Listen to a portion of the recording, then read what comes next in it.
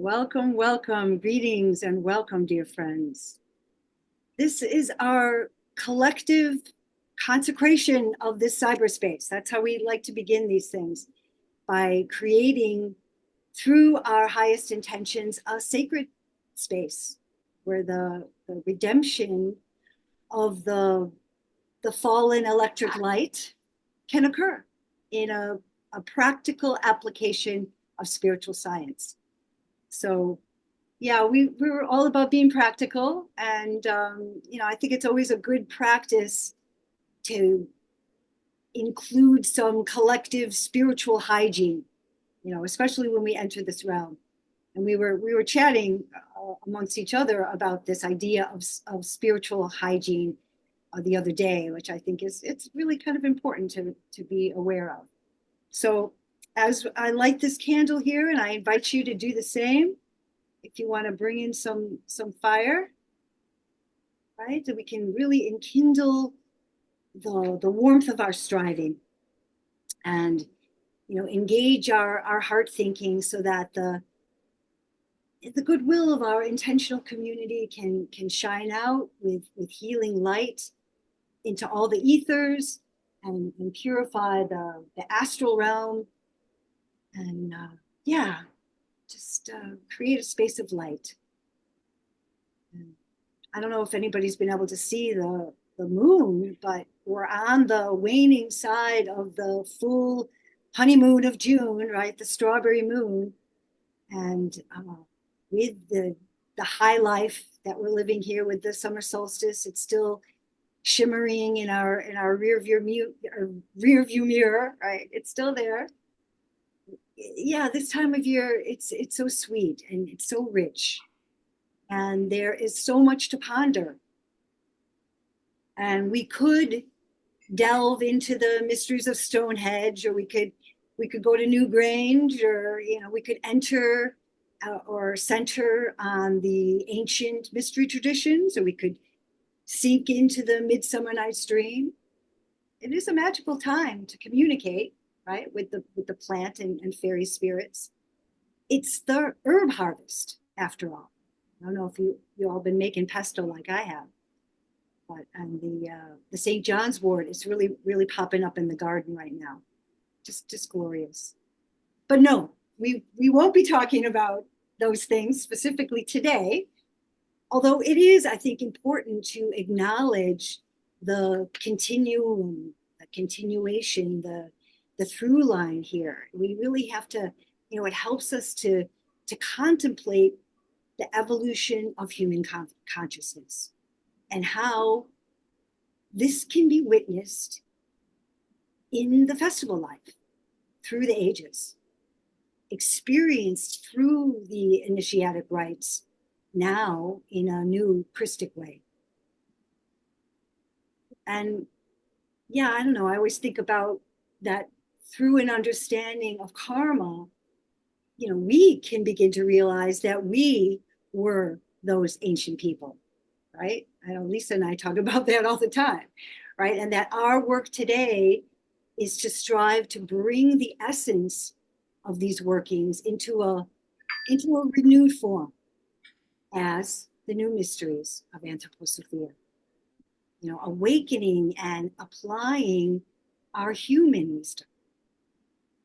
So today, we will be tuning into the many attributes of the one called John the Baptist, who, at the turning point of time, preached a baptism of repentance, and how this impulse, this important individuality lives on for us today.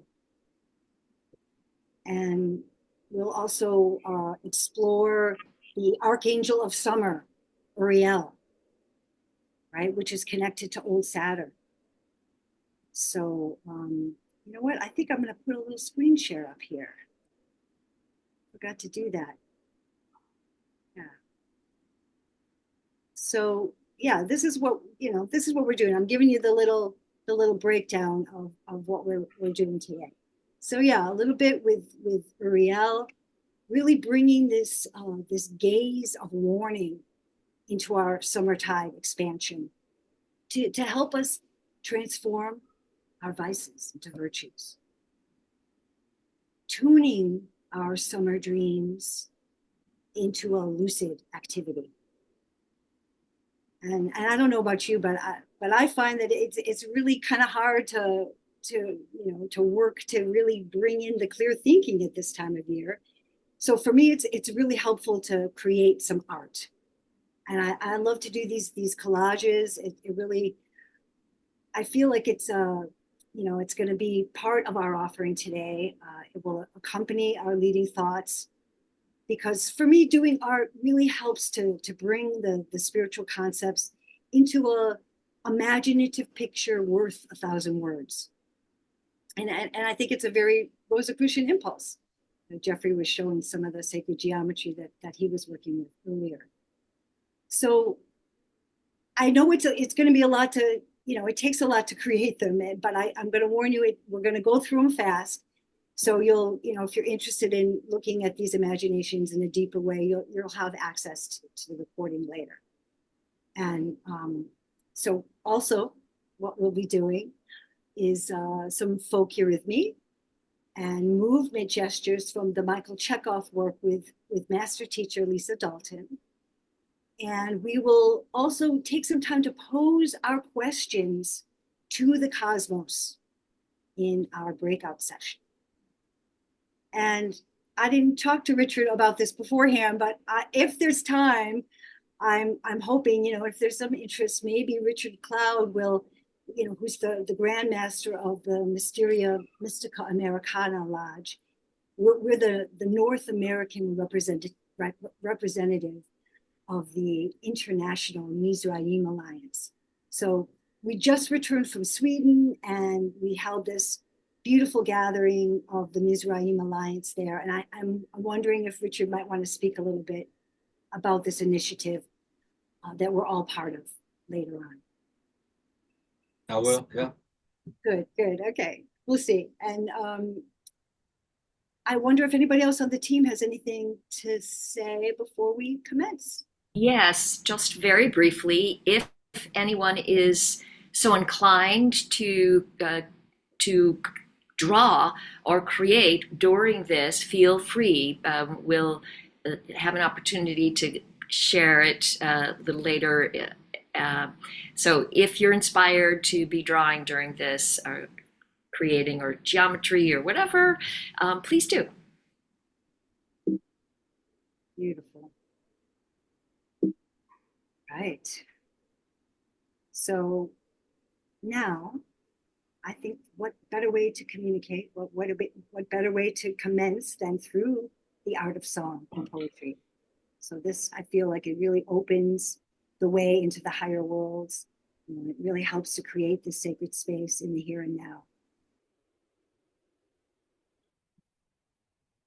Substance of earth, essence of light, grace of heaven in us unite.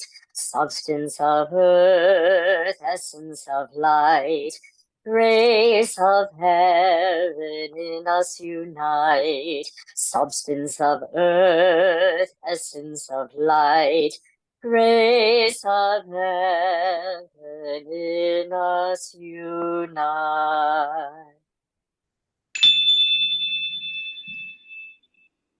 Every year at midsummer, an offering must be made to the spiritual beings of the cosmos in gratitude for the thoughts they bestow on humanity and for the gift from the sun of our higher I. If we forget to give this recognition, if we forget that we are connected to Source, it is all too easy for the Luciferic powers to invade our thinking. And we are then permeated by false powers of light. We can avoid this if we're mindful of how the upper gods have given us our altruistic thoughts and inspirations. And so, at the midsummer season, we can let our thoughts flow back to them again, like a song of gratitude to the gods. Ah, these words from Steiner are so enlightening, pardon the pun. Yes. In our present age, we really need to be awake to this recognition. I'm so grateful to this work from Steiner, this acknowledgement and reminder to have an appreciation for our connection to Source. And when we give back the gift of reverence and gratitude to the good gods, we gain the strength to transform our vices into virtues. We are at a transition point on the wheel of the year. Can you feel it? Can you, a change that begins to happen after the apex of summer solstice? Can you sense the shift? The shift is subtle, no doubt, hard to embody in the heat of summer's reverie. The shift it's like a modulation in the tone. Sometimes we meet resistance when we need to shift.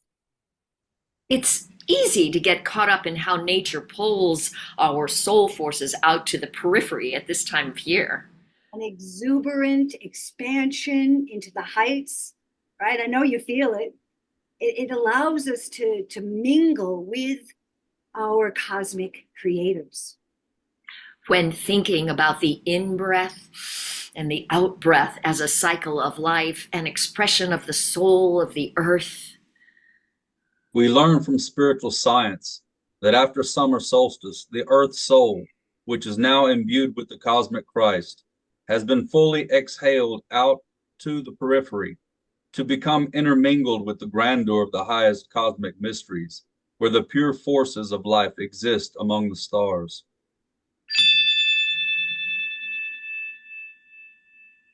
In summer, the process of outbreathing is at its height. The earth has given her soul to the cosmos. The soul of earth strives towards the stars. She wants to know about the life of the stars and planets. And in her own way, she is most united with the movements of the stars through the light of the summer sun at St. John's time. We are called to consciously experience this as we move into the dog days of summer, associated with the constellation of Sirius. Sirius, the dog star, connected to the Egyptian goddess Isis, who searches for the slain sun god Osiris when Sirius rises, causing the Nile to flood the fertile delta. In the new mysteries, we use the power of the resurrected sun, living now as the Christic spirit of the earth, to remember the slain Isis. And even though the dog days can be the hottest time of the year, after the summer solstice, the expanding light has reached its peak and begins to wane. The light in extension reaches the ring past not. And we are called to return from our expansion. The out-breath becomes an in-breath. It is time to bring our cosmically fortified forces back to the depths of ourselves and back to the depths of the earth.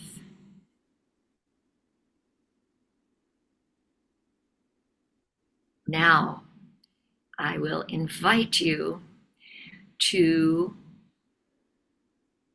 stand up if you'd like, or if you'd like to stay in your chairs, you're welcome to do that.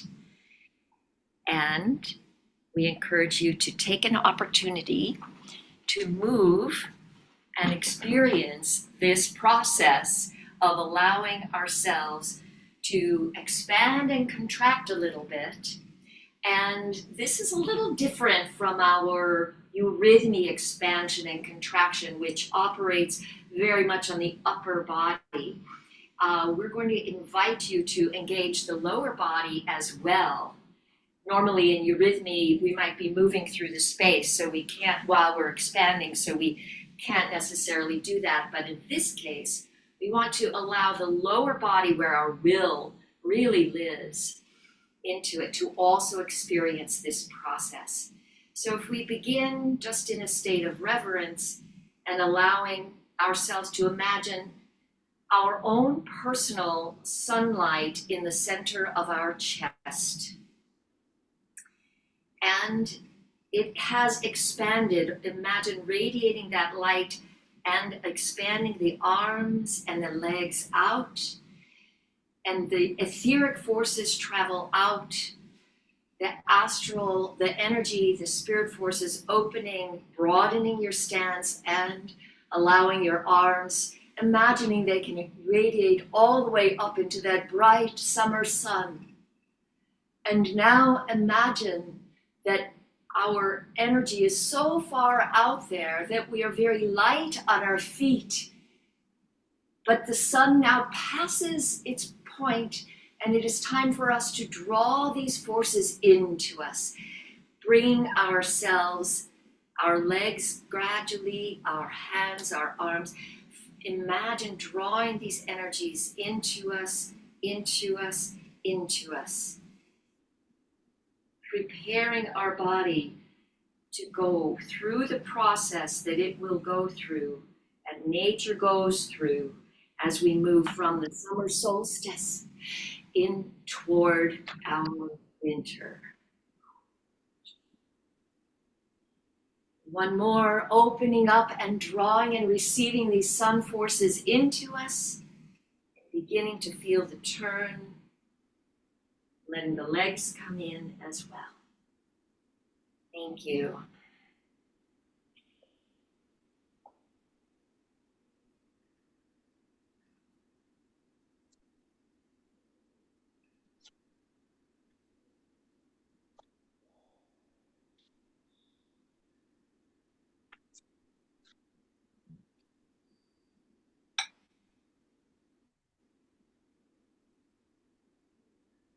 Hear now the words of Rudolf Steiner from the Gospel of St. John in relation to the other Gospels. My dear friends, a special festival has long been celebrated on the 24th of June by a great number of those seeking higher wisdom. Going back to the time of pre-Christian culture, we find a similar June festival coinciding with the time when the days are longest and the nights shortest. But in particular, when the days start to become shorter again, when the sun begins to lose some of its outer power, dispersing its heat for the ripening. And as far back as ancient Persia, a festival of baptism by water and fire was celebrated. In ancient Rome, the festival of Vesta was held as a baptism by fire. This June festival was to the European forebears celebrated in honor of the god Baldur, one of the Aesir, son of the Odin and Frigg. Then the early Christian initiates began to sense a shift, and it gradually became the festival of St. John the Baptist, the forerunner of Christ on earth.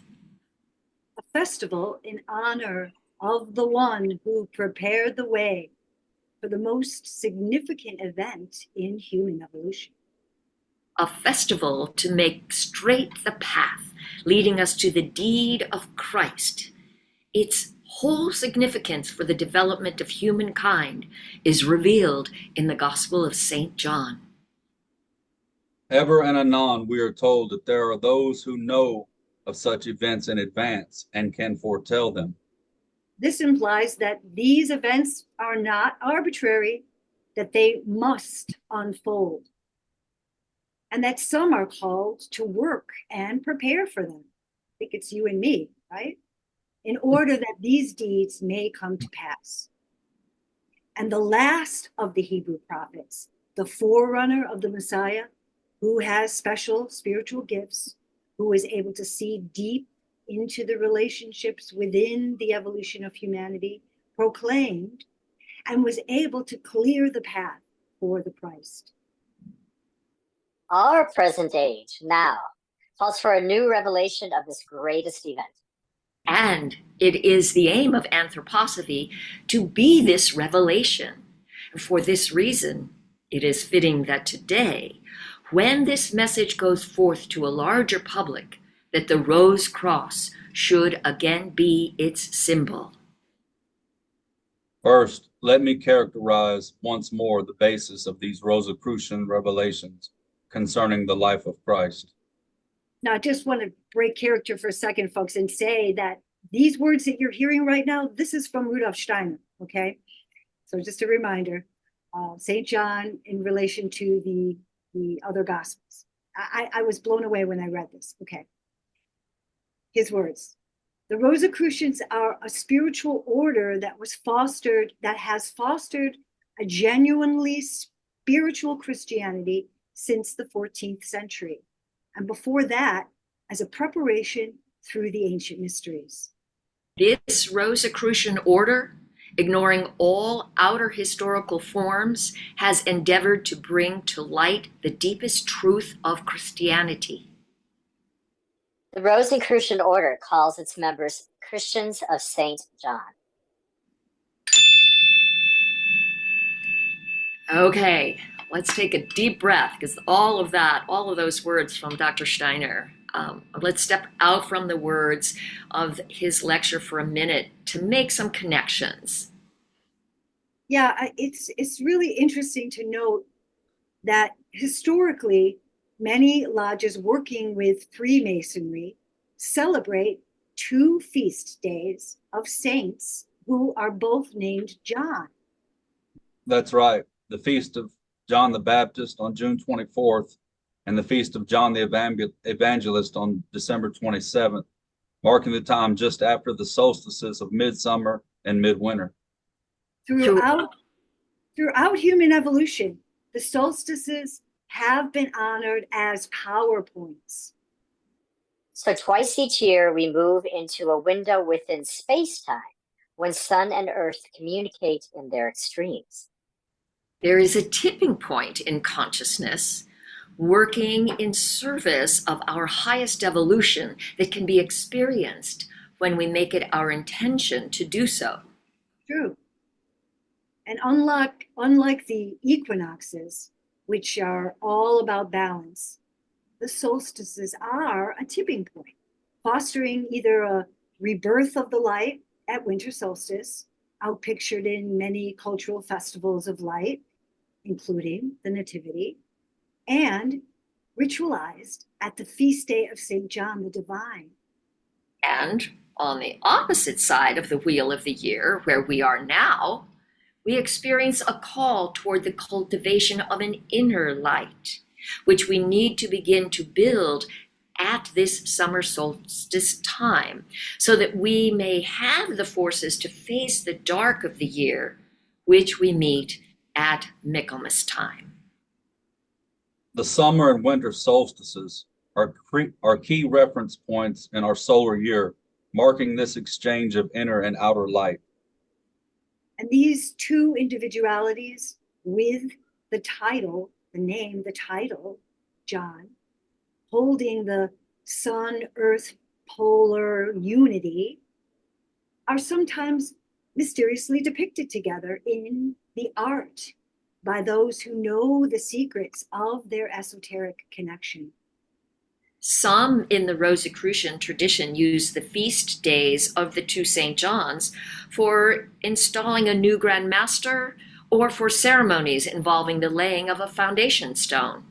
You know, it's interesting that Rudolf Steiner's original name for the first Goetheanum was the Johannesbau, the John's building, right? The house of the word.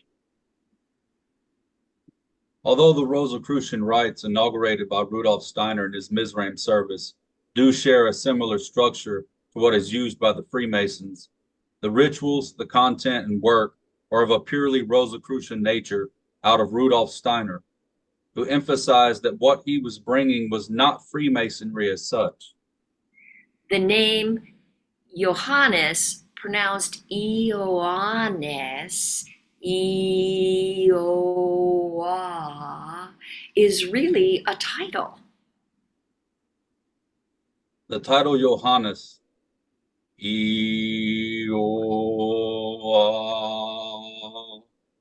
represents a certain level of initiation, an initiation devoted to developing what is beyond the little self. Living instead of in the revelation of the Spirit. And so now I'm going to invite us to all rise and or stay in your seats if you wish, but we will work with some eurythmy gestures. We will work with the E, O, A. We will, because it's St. John's, rise and we will use our E, O, A in the higher space for us. So we'll begin once again in a state of reverence, and I will speak and we will all, the rest of us will be silent and allow our bodies to express the sound. And you may use either hand for this E as you wish. We will extend our hand, one hand up and one hand down in the E, penetrating the heavens and the earth. And now, lifting our arm up to encompass the O, and opening to the heavens with the Ah. And we will continue with the E-O-A-N, a little flick of the wrist in front of us, na, and then the E-Yohane, and an S coming down.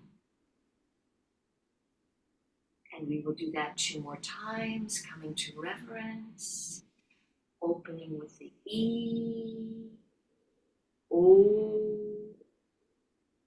A,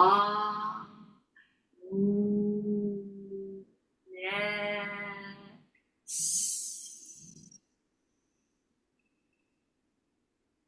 E, O, A, yes.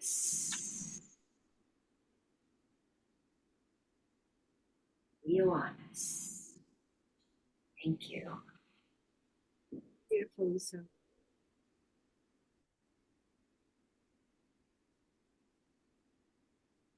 At the center of the turning point of time, the admonition of John the Baptist resounded.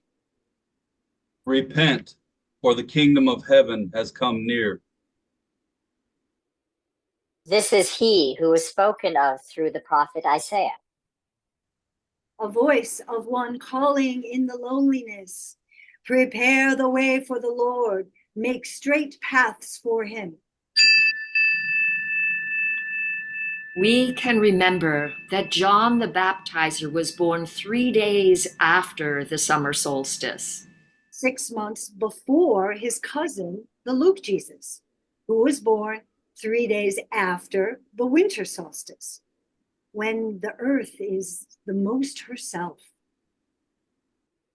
Concentrated, imbued, permeated with the Christ impulse. The sun, which she gestates and gives birth to every year at Christmas. Connected also with the feast day of his namesake, St. John the Evangelist, on December 27th. Holding the opposite spoke on the wheel of the year from St. John's tide. Lazarus, who became John after rising from his initiation. Lazarus John, brother of Martha and Mary of Magdala. St. John the Divine, the disciple who Jesus loved. He who stood at the foot of the cross with the mother. Lazarus John, who stood at the foot of the cross with Mary Magdalene, she who anointed the Anointed One. He, her brother, who wrote the Gospel of John. And the book of Revelation. The apocryphal gospel. He who was the first begotten of Eve and an Elohim. At that time, his name was Cain. And now we call him Christian Rosenkreuz. Yes, and he is ever working with the one we call John the Baptist. So, who is this initiate named John holding the summer tide? In the very first chapter of the Luke Gospel, we hear about an annunciation from the angel Gabriel to Zakaria, the father of the one called John the Baptist, husband of Elizabeth, cousin to the Blessed Virgin Mary. There was a certain priest named Zakaria. His wife, called Elizabeth, was a daughter of the high priest Aaron. They were both devoted to the good. The eye of the spiritual world rested upon them, and with pure souls they walked in the ways of God. They had no child, as both were advanced in years. It was Zacharias' turn to serve at the altar before the countenance of God, which fell to him by lot. According to the priestly custom, he entered the temple and offered incense, while the whole multitude of people were praying outside. There he saw an angel of the Lord standing at the right side of the altar, where the smoke was rising. And Zachariah was much amazed at this sight. The nearness of the Spirit bore fearfully on his soul. But the angel said to him, Do not be afraid, Zachariah, for your prayer has been heard. Your wife Elizabeth will bear you a son, and you are to call him John. You will be filled with joy and gladness. Many will rejoice because of his great birth. Great will he be in the sight of the Lord. He will drink no wine, and even from his mother's womb he will be filled with the Holy Spirit. He will be the forerunner, paving the way for the Lord, bearing within him the spirit and the power of Elijah to change hearts.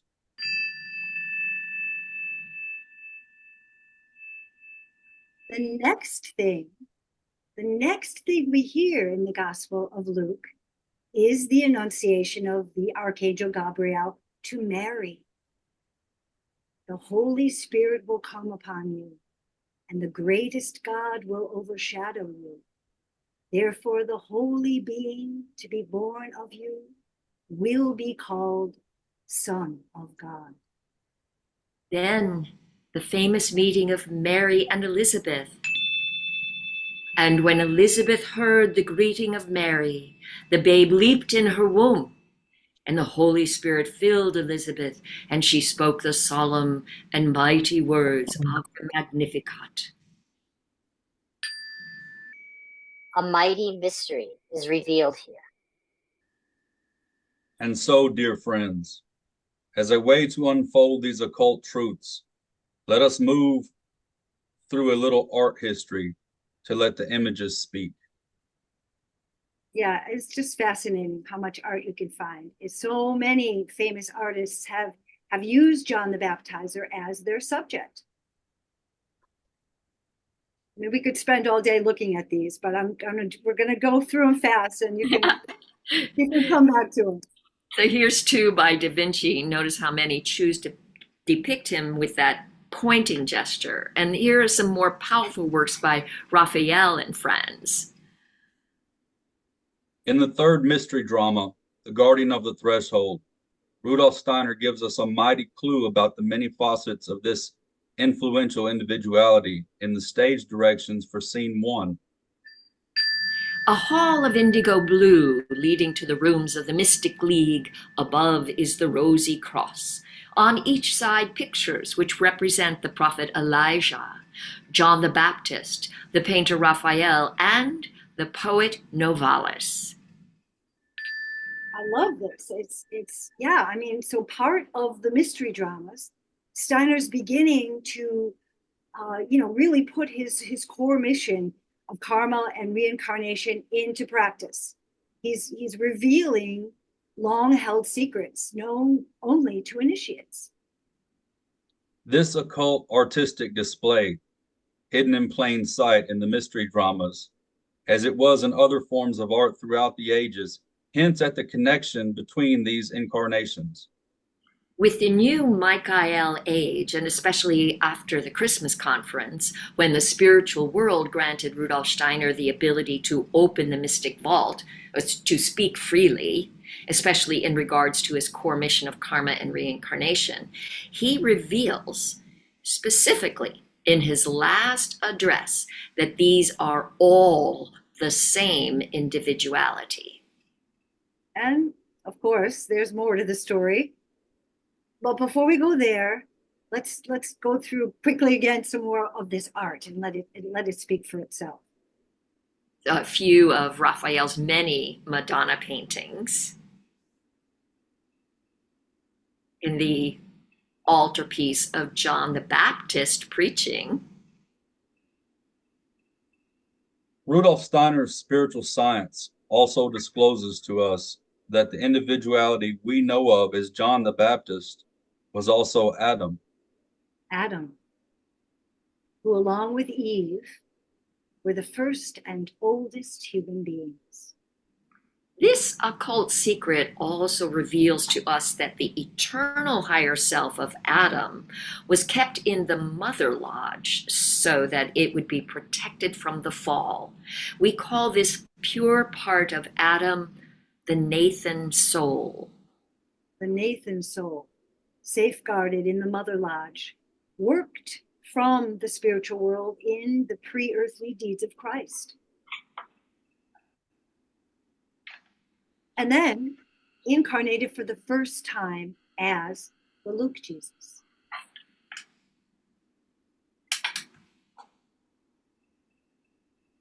And this is why John leaped in the womb of Elizabeth at the visitation from Mary, the Virgin, who was gestating that original part of himself, that pure part of Adam we call the Nathan soul, which had been separated off from Adam before the fall. This Nathan soul became the embodiment of the Luke Jesus, the pure vessel for the Christ on earth. So in the meeting of Elizabeth and Mary, these two parts of Adam were brought together at the turning point of time for the first time. Adam, who had many incarnations, was tasked to prepare the way for that pure part of humanity held back from the fall from paradise. And so it was that the Nathan soul, that pure part of Adam unaffected by the fall, was then able to receive the Christ at the baptism by John. Christ Jesus himself tells us, and if you have ears to hear, John is Elijah, whose return men were expecting. JC also tells us there is no one greater than John. References to Elijah appear in the Old and New Testament, the Talmud, the Quran, the Book of Mormon, and the Baha'i. Elijah and Isaiah, who were subjects of Raphael's paintings, were both Old Testament prophets, and John the Baptist was called the last of the great Old Testament prophets. There are hints in the Bible about this connection. John the Baptist replied in the words of Isaiah the prophet, I am the voice of one calling in the loneliness, make straight the way of the Lord. Raphael's work reveals so much. This image of the Transfiguration was the very last painting that Raphael did. And look at the detailed etching of Elijah. Yeah, I mean, that face has seen so much. It's amazing. Oh, yeah. I mean, there are so many paintings by, I mean, we could call them initiates, right? I mean, they were seeing, they had the visions of the spiritual world, and were able to depict in these the two Jesus children and John the Baptist. And the ones by Raphael come across as if it's like he's painting a memory of himself from that lifetime. From Rudolf Steiner's fifth gospel, we know that after the beheading, John the Baptist became a sort of guardian angel, inspiring into the apostles. Working especially with his namesake Lazarus, who, after his initiation, became John the Evangelist. And since then, the individuality known as John the Evangelist or St. John the Divine is now known as Christian Rosenkreuz. But that's another story to be told perhaps during the winter solstice feast day of December 27th. We can recall that when the human principle in Jesus of Nazareth had reached its highest development at the age of 33, his humanness unfolded like a rose in its full power. Unfolded its full power, like the radiant sun of midsummer. the vessel prepared through the long ages was ready, ripe and ready to receive the cosmic Christ, coming in from the sun through the baptism by John. It was the mission of John the Baptizer as forerunner to prepare the way, to hold the torch until the light of the world, the Christ, could shine forth. This is why John the Baptist says, "He must increase, but I must decrease." And of course, this is, like Lisa was saying earlier, it's outpictured not only in the life of Christ, but also in nature. You know, with the sunlight slowly decreasing after the summer solstice. But the spiritual sun will increase. And through this, the universal ego of humanity is brought to light. And if we cultivate this gift, it can also allow the rebirth of the individual higher self. In the summertide, through the great window of heaven, we experience an interaction between humanity and the sun forces, assisting us to develop an awareness of our higher self. The summertime union between the sun and earth is actually a reunion between the divine gods of the spiritual sun and their offspring, us. And we could contemplate this dynamic and bring it to life in our soul most strongly at this time. And if we wish, we can either sitting and or stand up again for a little stretch and just very briefly imagine that you can just sense into your body your lower self, your lower self. It kind of as if it's in a little bubble, your personal atmosphere or aura, and permeates your body, and it helps you function in a daily life. And when we did our earlier expanding and bringing in the light to inner light, maybe there was some part of us that was not quite clear. What can just pretend maybe even that something in us needs to decrease? Can we imagine extracting some energetic blockages from us and transforming them into light so that we can decrease the power of this lower ego? Maybe it's our fears and our thoughts that we want to clear and fill with light. And one more time, very briefly, allow the radiant light of the Christ I being to come into us, to allow it to come and increase in us as we decrease our lower ego and come into greater harmony with the higher Christ in me. Thank you.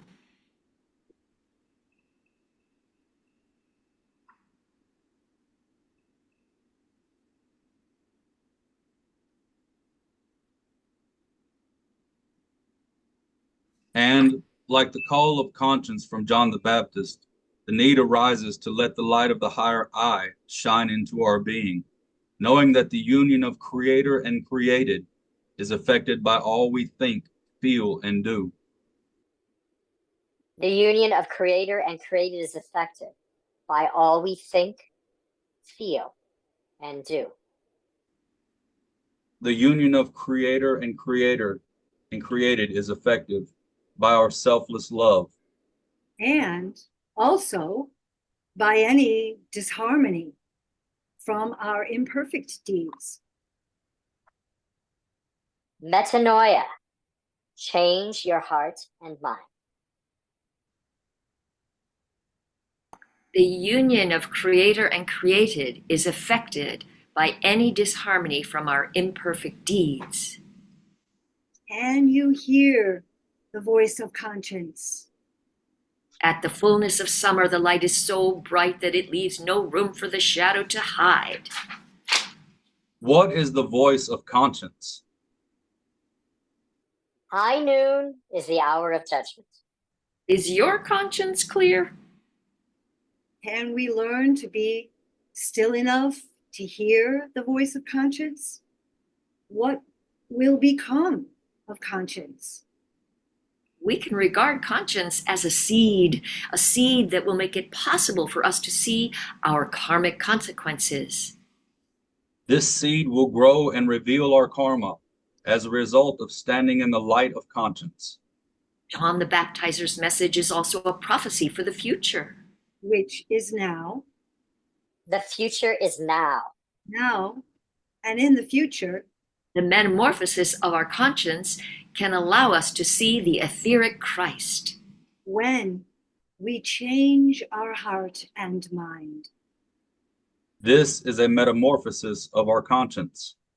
Change your heart and mind to see. Now and in the future. Change your heart and mind to see the etheric Christ. Now and in the future. We are being asked to respond to the summertime call for a yearly metanoia. Metanoia, change your heart and mind. Metanoia. This Greek word consists of meta, which means beyond, and nous, a mysteries word for mind or consciousness. So, literally, metanoia means beyond thinking, or a changed consciousness that goes beyond mere concepts, a metaphysical, spiritual shift in thinking. In the Bible, the term metanoia is most often used as a call to repent, to atone, a call to conscience. A call to prepare the way, as John the Baptist says. Metanoia is a transformative change of heart. A spiritual conversion. We can take this up by attuning to this seasonal clue when the in-breath begins. When the in-breath begins, we can review our deeds of the past 6 months. Like we do on New Year's Eve. Yeah. And in the Holy Nights. Yeah. But now, instead of working with the winter archangel Gabriel, giving birth to the new year, Old Lang Syne, right? A favorite part. Now, instead, we have Uriel, the archangel of summer, as the eye of heaven, gazing down upon our deeds, imploring us to ask, what is it that we will harvest? The forces which live in the spiritual deeds we have sown have been gestating in these summer dreams of the earth in union with the hierarchies. The soul of the earth has been dreaming in the heights. And it is this dreaming which brought back into the earth to become accessible during the sacred time of the holy nights. Uriel bids us to awaken in our dreaming. In the new mysteries, we strive at St. John's tide toward an enhanced awareness of our thoughts, transformed into forces of will. Effort to recognize our potential for discordant as well as selfless acts. An effort to enable the higher I to come to expression ever more fully in the mysterious recesses of our personal priorities with respect to our will.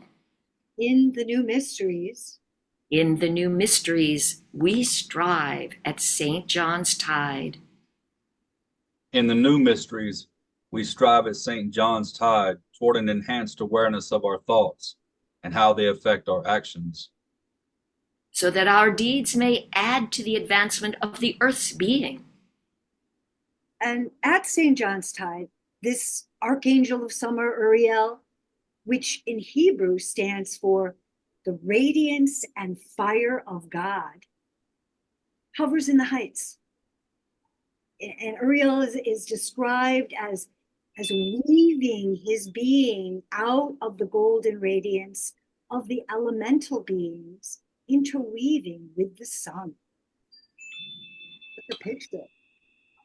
Rudolf Steiner invites us to picture this great being as having grave, judicial eyes. And when we follow the gaze of Uriel, we are directed down towards the crystal realms of the earth, where he shows us how human thinking, feeling, and willing actually affect the earth realm. The crystals reflect back a picture of our human soul forces. And these pictures, which we are creating, we got to ask ourselves, are we creating moral pictures? Are they in right relationship with truth, beauty, and goodness? When we follow Uriel's gaze, we see especially how errors in human thinking affecting the shining beauty of the crystallization process that goes on below the surface of the earth. So by connecting to spiritual science, we can see how world events are a consequence of the state of our collective conscience. Any imbalance creates disharmony and illness. And our tendencies toward hatred and scorn open the way for the adversarial forces to infect us with fear and doubt. What we think, feel, and do affects what happens on earth.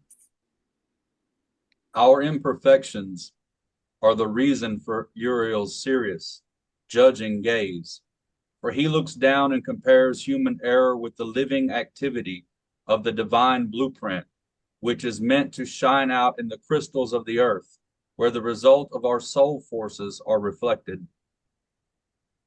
Uriel's gesture is a warning. Change your heart and mind.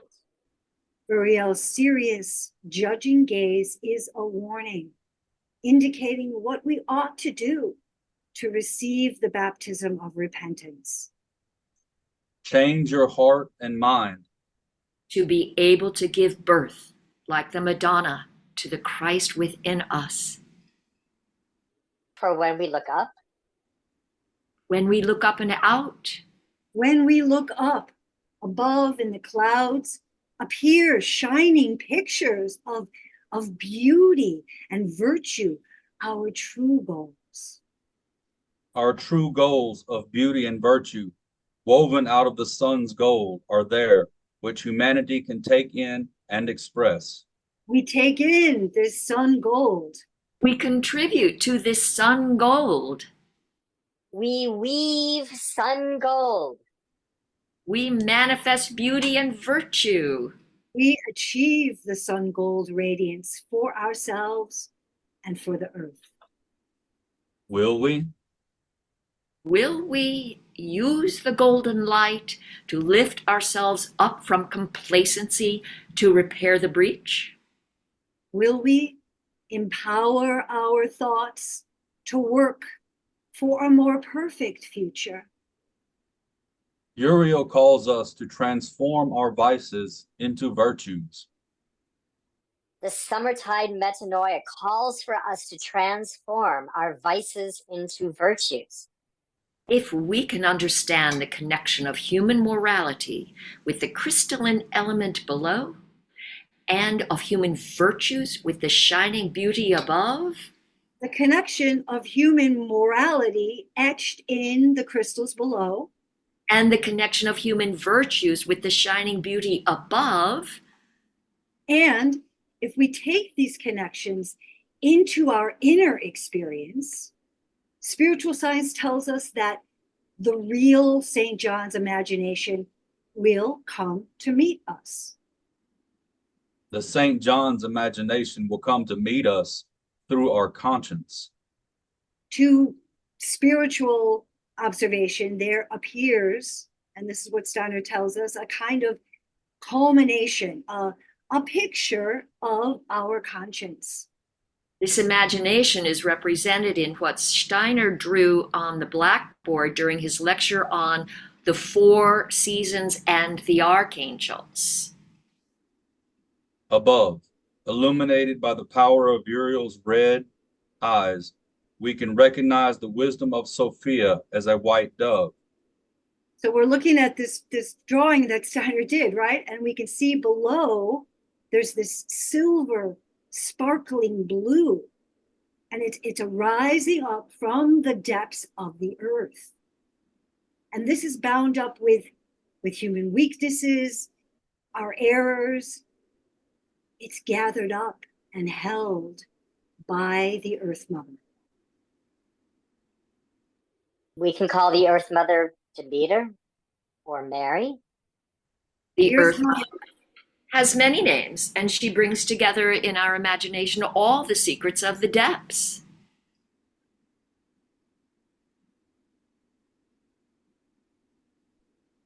The prima materia, the mother of all existence. Artist Margarita Voloshina's amazing painting next to this helps us visualize Steiner's indications. In all that is concentrated in the flowing forms above, we feel the Father Spirit all around us. And then Steiner asks us to behold the outcome of the working together of the Spirit Father and the Earth Mother. The harmony of the earthly silver and the gold of the heights. And there, between the Father and the Mother, with the help of the Holy Spirit, we behold the Son, represented by the white cross, overlaying the head of the Madonna. What is arising here is an imagination of the Trinity, which Steiner tells us is the true St. John's imagination. The fierce burning eyes of the Archangel of Summer, Uriel, in the background, admonishes us to live into this reality of the ever-present energy of the Trinity. Let us hear now the mantras by Rudolf Steiner for the St. John's tide. The heights. Behold our weaving, the kindling radiance, the warming life. The depths live in the earth's sustaining and in the form-giving breathing with the power of true being. The midst. Feel your very bones suffused with heavenly glory in the presiding yoga of all worlds. May human beings hear it. And just as in the Song of Psalms or in Shakespeare, when language must soar, speech takes on melody, words become song. Substances are densified, errors judged and rectified, hearts are sifted. Receive the light, receive the light. Substances are densified, errors judged and rectified, hearts are sifted. Receive the light, receive the light. Matter is condensed. Mistakes are corrected. Hearts are sifted. Hearts are sifted. Receive the light, receive the light. We can receive the light at this glorious time of year because Uriel would have us redeem the light. We can work now and into the future to redeem Lucifer. We can work now and into the future to redeem the light bearer. Redeem the light. Uriel streams his archangel like forces up through the earth to come to rest in our heads. Reconsecrating beauty. Purifying the astral. And then these forces, which are outside in nature, have the effect of making us citizens of the cosmos. An image of the cosmos arises in our heads, illuminating us like glowworms, like fireflies. Yeah, growing up, we call them lightning bugs. In the summer, Uriel works in the human head to help us pose our great questions to the cosmos in a conscious way. We can pose our questions to the cosmos and then receive an answer from our own higher I. We are getting a real as above, so below experience when we do our part to bring the cosmic forces into the earth through our imaginative thinking. When we do our part. Yeah, when we do our part. Yeah. And we become a conduit, yeah. Guiding the sun's spiritual radiance into a union with Mother Earth. A union healing the planet. Serving also the elemental beings, which are so active right now. To share a glimpse into the elemental realm, let's hear a poem written by Rudolf Steiner about dragonflies, which can give us a clue of what to watch for in this summertide season. Steiner tells us that these magical fairy beings have a special task. Weltenwarme, world heat. Summer, in radiant heights, where, glistening in the sun, the friendly fire dragonflies are flitting out rays of warmth, which blend into the space around. There, tarry thou, my soul, for, thinking of me, they weave from sadness strength. Already I can feel how they are sensing me. How warmth streams from them, permeating me. The spirit dissolves in cosmic interweaving, the earth heaviness into light of the future.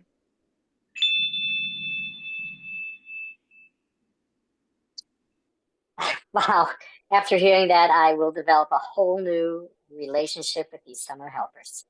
Yes, being conscious of their gift allows us to respond in kind. I know, I see dragonflies all the time in my garden, and my heart is sifted.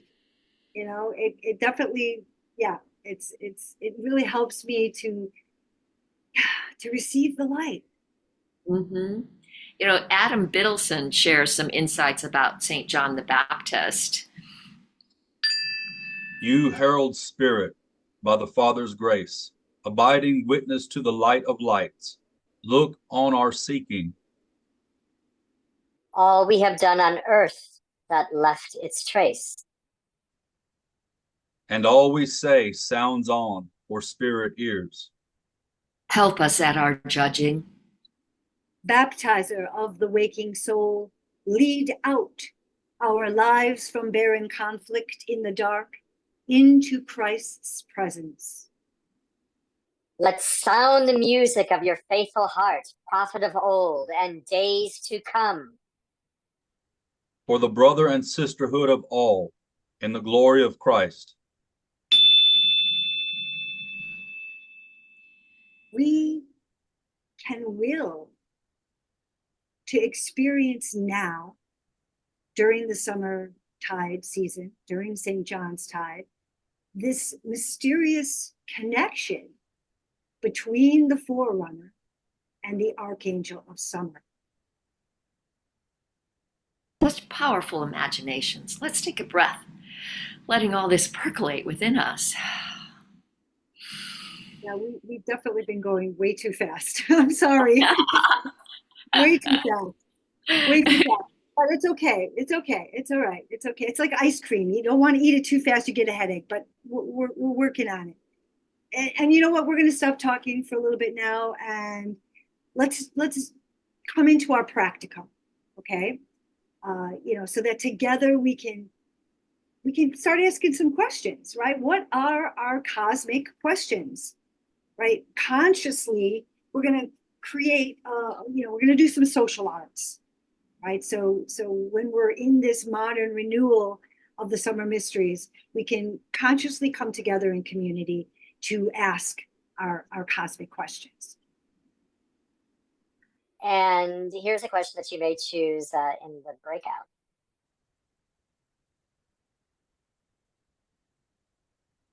What in us must decrease so that my higher self can increase? So just as the sun waxes and wanes, John the Baptist had to decrease. But then the mystery is that after the beheading of John, he was able to distillate his spirit self to become a kind of guardian angel for the apostles, right? Especially Lazarus John, his namesake.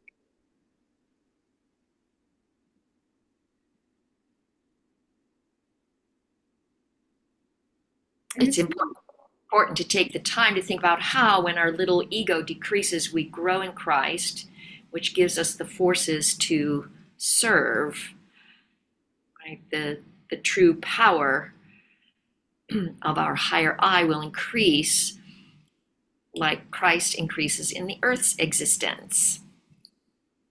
And we can contemplate how Christ is now the spirit of the earth. And our lower ego has to set so that the Christ impulse can grow and manifest in us consciously. This brings a release, right? A purification, an awareness, a revelation. It's a liberation that comes from applying love and freedom. Following this archetypal gesture, we can see that the John the Baptist has become one of the main impulse givers towards group working, guiding community life for us, which is especially needed today. So again, here's our question, our suggested question for the breakout. And what must decrease so that my higher self can increase? And of course, you can riff however you like. We're going to go into the breakout rooms for about 10 minutes, and then we'll see you back. Here we go. Well, sure, I can share. In our breakout room, we kind of had a theme that our sanguinity has to decrease because we're getting pulled into too many other things instead of focusing on what we need to do, our main tasks, our meditation, our preparing our lessons. Yes, that was the theme in our breakout room. Yep, we had a similar theme. Oh, thank you, Heather. Who else? Any other thoughts you'd like to share? We had, interestingly enough, 3 people of similar mind and so maybe similar age that we all spoke of getting out of our traumas and as you get older, it integrates into your consciousness, and being able to let go of the lower self by healing some of this stuff that you carry around for decades. And then all of us felt that we had brought ourselves to a higher level of just being able to communicate and to heal those places that were were clogged up. And so all of it, it's interesting how you brought together these three. We both had that same vibration in a way. Beautiful. Wow. Well, so we had the same. I just, Yeah. somebody else might want to say it instead, but yeah, we really did have the same. Yeah. Very good. Very good. Well, we are so grateful that you all have shared that. And before we head off into the long day, we will close with an artistic capper, starting with a poem by Hazel. Yeah, this is a favorite poem of mine. I wrote it a while ago, and every year when I kind of go back to it, it comes alive for me. Okay.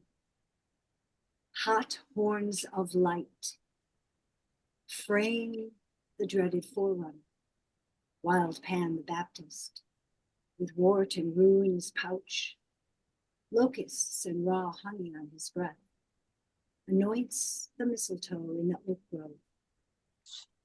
The god has gone into the grain, the sun is on the water, the edge of the rioting rose begins to melt. Its scent is heavy on the heat, stealing the breath from the hot mouth of God. Her infrared ruby steams, the magnetic stains of light, to guide the summertide soul into the labyrinth where the oak king crests and gives way to the dark holly twin. Thank you, Hazel. And I'm wondering, before we close, if anyone created any art they would like to share.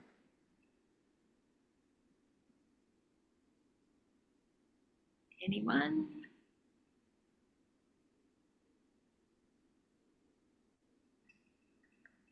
Just inner art. Inner art. And does anyone have any final thoughts they'd like to share about today's program? Wonderful. Thank you.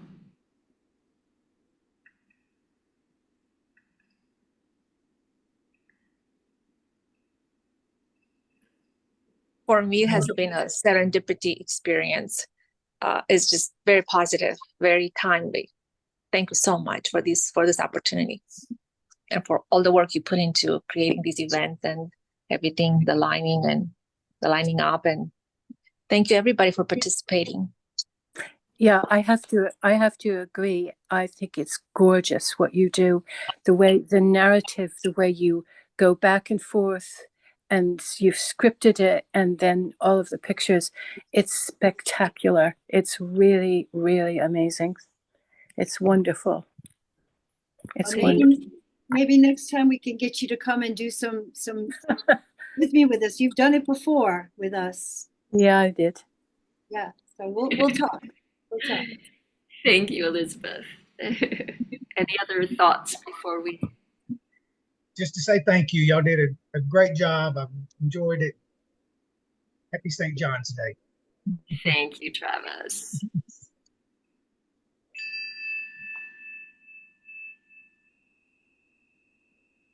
Thank you so much, everyone. It's been just a pleasure to be here and a pleasure to put together these offerings from you. And if anybody wants to stay and talk about some of the projects that we're doing and what our work is, we'd be happy to have Richard share some leading thoughts and talk a little bit maybe about the Mizraim Alliance, the International Mizraim Alliance, which we're part of. So you're welcome to go about the day, or we can take a few minutes for that.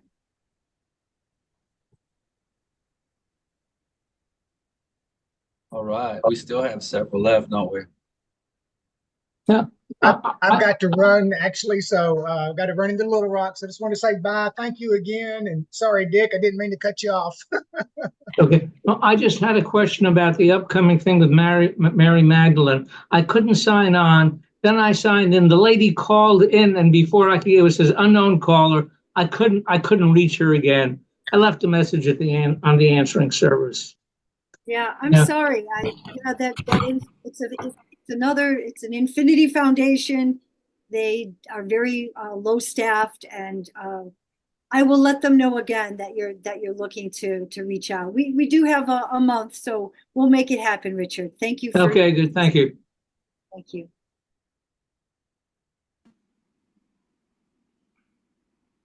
Well, shall we talk about the event in Sweden that just passed? I would love to hear about it. I would love to hear about it from your perspective. Yes. You could tell it. You were there. Well, you know, we have different versions of reality, I'm sure. So, so recently, just these past, I believe around the first week, end of the first week, beginning of the second week of June, the International Mizraim Alliance had a gathering of several different lodges that came together in Sweden. Friends from many different countries came there, and America was present among them. We got to do a lot of the ritual work. We got to meet and fraternize and make friends with brothers and sisters from around the world that we never met before. Make new friends, greet old friends again who we haven't seen in a while. And it was just a really good event to come together in the global community and be able to meet with like-minded, like-hearted people who are engaged in the work that we do surrounding anthroposophy and Steiner and the Mizraim. And it's really an eye-opening event for me personally, because I'm just a country boy from Texas, to be somewhere over in Sweden by lakes and fjords or mountains and meeting people who are basically responsible for keeping parts of this tradition alive, specifically the Mizraim tradition alive, finding things that were lost in time, bringing them back, sitting around with coffee and being able to share, you know, stories about how these things came to be, learning the history and the heart of just so many of the brothers and sisters across Europe was really amazing. And I, for one, am quite privileged to be able to participate in something like that. yeah, and going to all those sacred sites. I mean, you've seen them before because you've been out there a few times, Richard, right? But Yes. it's so impressive to just stand in. We were, some of us were in Stockholm, and there was a group of the Italians were there, and we went to the place where Rudolf Steiner gave his very first lecture about the etheric Christ, and I just could feel that energy, and it was really very, very powerful, the aura of that. And of course all of those the churches and run by these Cathars and the Cistercian monks, and from the 1100s. I mean, you know, just the energy of that place, and the Rookstone, right, with the ruins. And the stone circle. And then, like you say, all in the background when we were in Odenshog, the mountain there, that goddess was just looming over us the whole time. It was. So I slept on this mountain. The mountain is Mount Ombai, and it's named after one of the names of Odin's wife, the Norse god Odin. One of her names around the Swedish area was and Ombai is like Omberg, Mount Om, or Oma's mountain, and it's dedicated to Odin's wife. So one night while we were there, me and someone else had decided we were going to sleep on this mountain, and we were right on the edge of the cliff overlooking the water, and the breeze is coming up across this huge lake right up the mountain.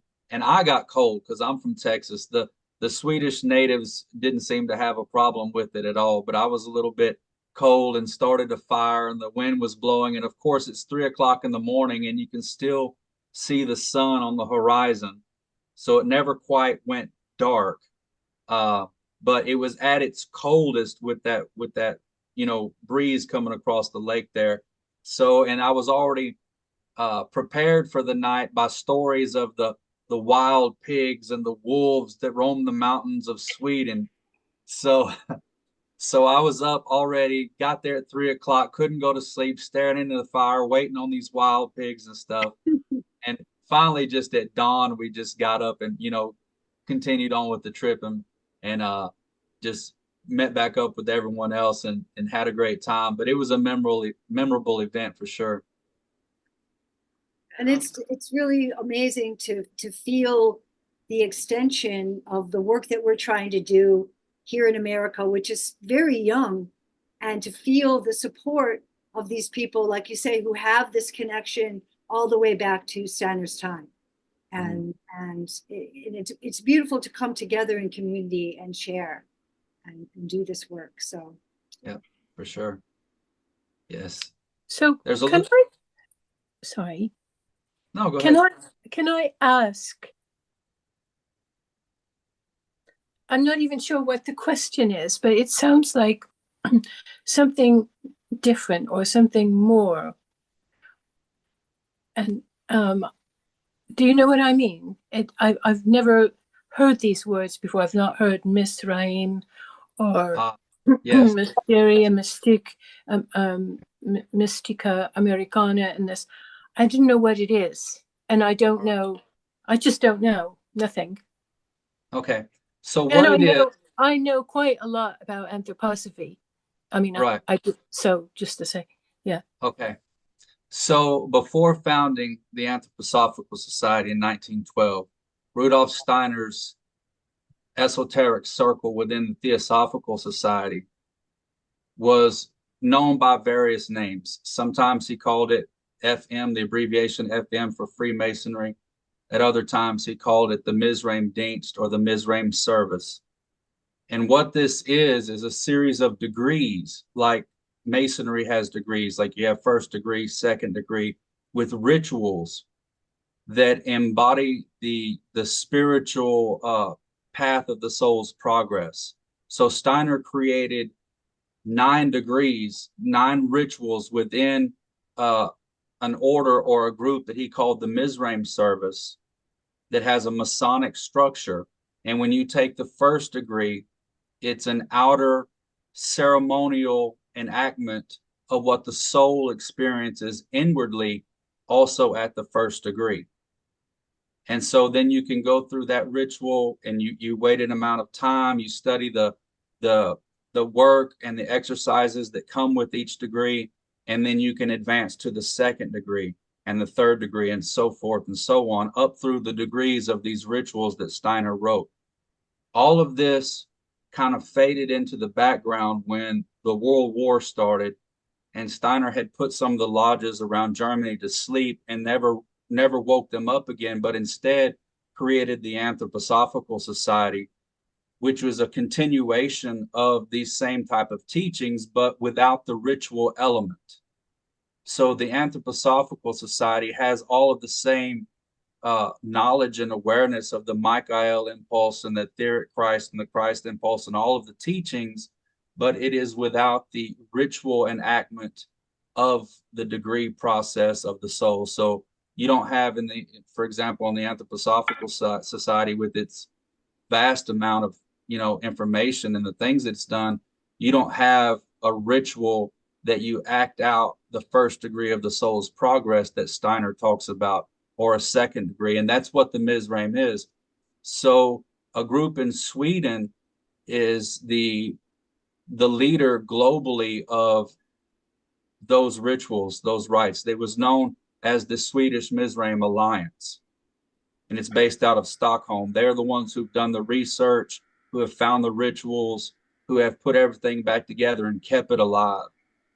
And in August of 2022, they gave a charter to America here in Texas, Fort Worth, to also open a lodge and to perform the rituals of Rudolf Steiner's Mizraim service. That's what the Mystica Americana is. That is the American Grand Lodge of the Rudolf Steiner rites. And so we can really think too about the fact that this was something that Steiner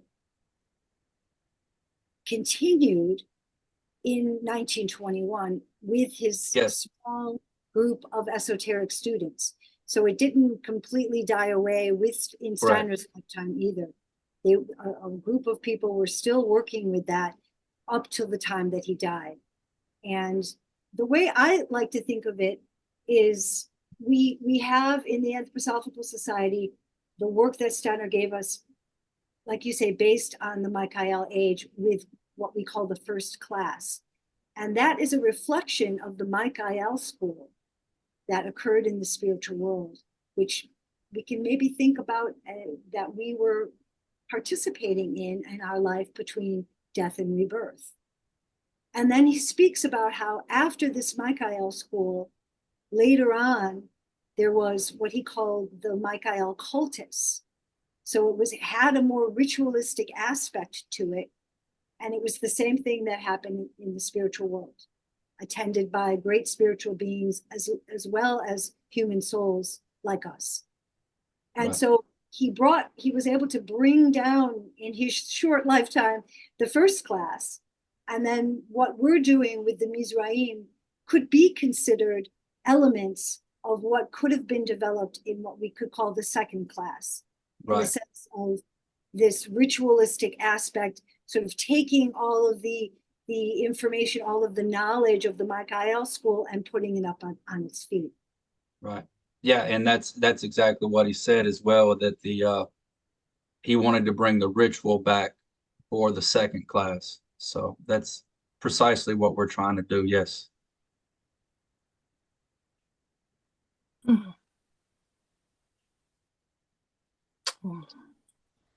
Any other questions? Yeah, I have not this, but the previous session is recorded. It is. Yeah. Pentecost session. Yep. Yes. Okay, great. We'll make sure you send a link.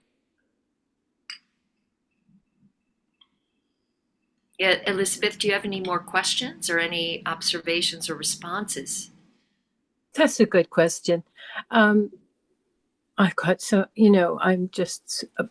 I'm a bit blown away.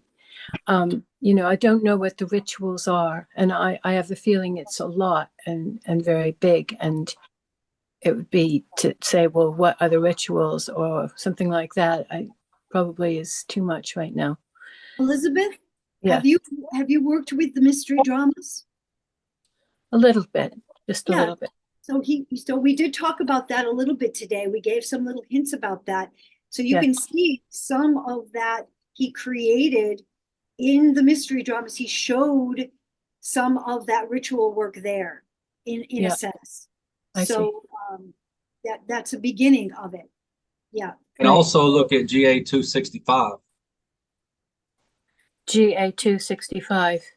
Yes, that's his book. It's not online in the archives. It's a book you'd have to order, but it's called Freemasonry and Ritual Work by Rudolf Steiner, which has some of the rituals in it.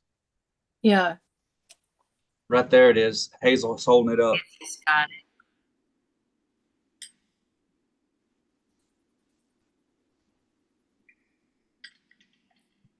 I'm like, I'm not gonna look.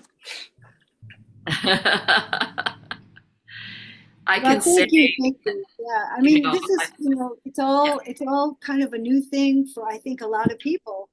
And, it's just nice to be able to share our beginning experiences and, just having a humble heart of, just stepping into this work and feeling what Richard described as this, it's like we're doing the work. If we're doing the work as anthroposophers, if we're doing the work as modern human beings striving to be human, then there's a reflection that happens in these rituals that is sort of like an affirmation. Oh yeah, that's what we're doing, Mm-hmm. and as a eurythmist, how that is when you're doing that work, right? So that's a good way to compare it, I think. Yeah, I see. And for someone who is who engages the physical body in art, these bring something that is, it's different from eurythmy, and eurythmy can enhance it a lot. And but it's different from doing the mystery dramas. It just is it brings it, it's a different aspect of experiencing the mysteries. And I myself am a performer, a professional actor, and so naturally I'm drawn to the performative aspects of the work. And I find that I'm experiencing something, a deepening of my relationship to the art of spiritual science that I never found in in my years of in 3 decades of working with this member of the society. So I found something new and deepening for me. Right. Really think about, what Steiner talks about anthroposophy as being the modern Rosicrucian path. So we're really bringing the aspects of the Rosicrucian impulse, which has a bringing together of art, spirituality, and science. And so that's what I feel like we're doing. Yeah. And just to completely add something else, you are familiar with Benza Duomo, yeah? Yes. I have a whole book and DVD, and the work I do with the Chekhov technique, together with eurythmy and the Boatmer gymnastics and things like that, all overlaps and aligns with his work. Yeah. Yeah. Great. Thank you. Yeah. All right. Well, I think that's it. Anything else you want to add, Richard, before we go out into the long day? No, just for me personally, I mean, I've said it before. I knew of Steiner and anthroposophy for several years before knowing of the Mizraim as well. So I was familiar with it. When I was introduced to the ritual work, it added a layer, just for me personally, and added a layer that I was not able to articulate until I experienced it. And what it did was that there are moments of the ritual as you're going through it where certain phrases are said or certain actions are done, which for me, I immediately related to an event in my life, and it gave it context. Like when you see how the soul advances according to the ritual, and you compare that with your life's experiences, it puts a framework on your life experience that allows you to connect it and articulate it with that advancement of the soul's progress. And for me, that was incredibly important, because prior to that, it was all ambiguous. I know I would have these things happen in life and I would say, it's karma, or it's this, or, I would study the general anthroposophical lectures and what Steiner would say about situations. But once the ritual was put in place and my life was acted out in that form of ritual for that spiritual understanding, I would have these eureka moments where I would be like, holy cow, that's what it is. It put things in perspective and in context where I could see the flow of what was happening, the biography, so to speak. And for me, that was incredibly useful. Yeah, I have to say, what it does is it enhances synchronicity. That's the way that I experience it. It's like you're doing something, and then like Richard said, there's an echo or a call, like you'll have a question and then there's the answer, or you have an idea about something, you're like, where did that come from? And then in the ritual, it's revealed what it really means. It's truly magical. But we are in a magical world, but we have to do these kinds of things to make those connections, I think. And that part is really like an affirmation. And then once you take a step and you're in a certain place where you're working with new material, then you start to see it everywhere. Like it was like you didn't see it before, and then, oh my gosh, there it is again and again and again. So it's like you're peeling away the veil over the physical world, and the essence starts to come forth and reveal yourself to yourself. It's beautiful. And I just have, one thing. Oh, go ahead. I was just going to say, is there any relationship to the esoteric youth circle? Is there any? There is for me, because I do that work as well. Yeah. It's a Michaelic impulse, most certainly. Yeah. They're separate, but there are crossovers. Right. I get it. Yay. Brothers and sisters, I really have to get, I have my children patiently waiting behind a closed door right beside me for this. It's been great. Thank you so much. Okay, thank you so much.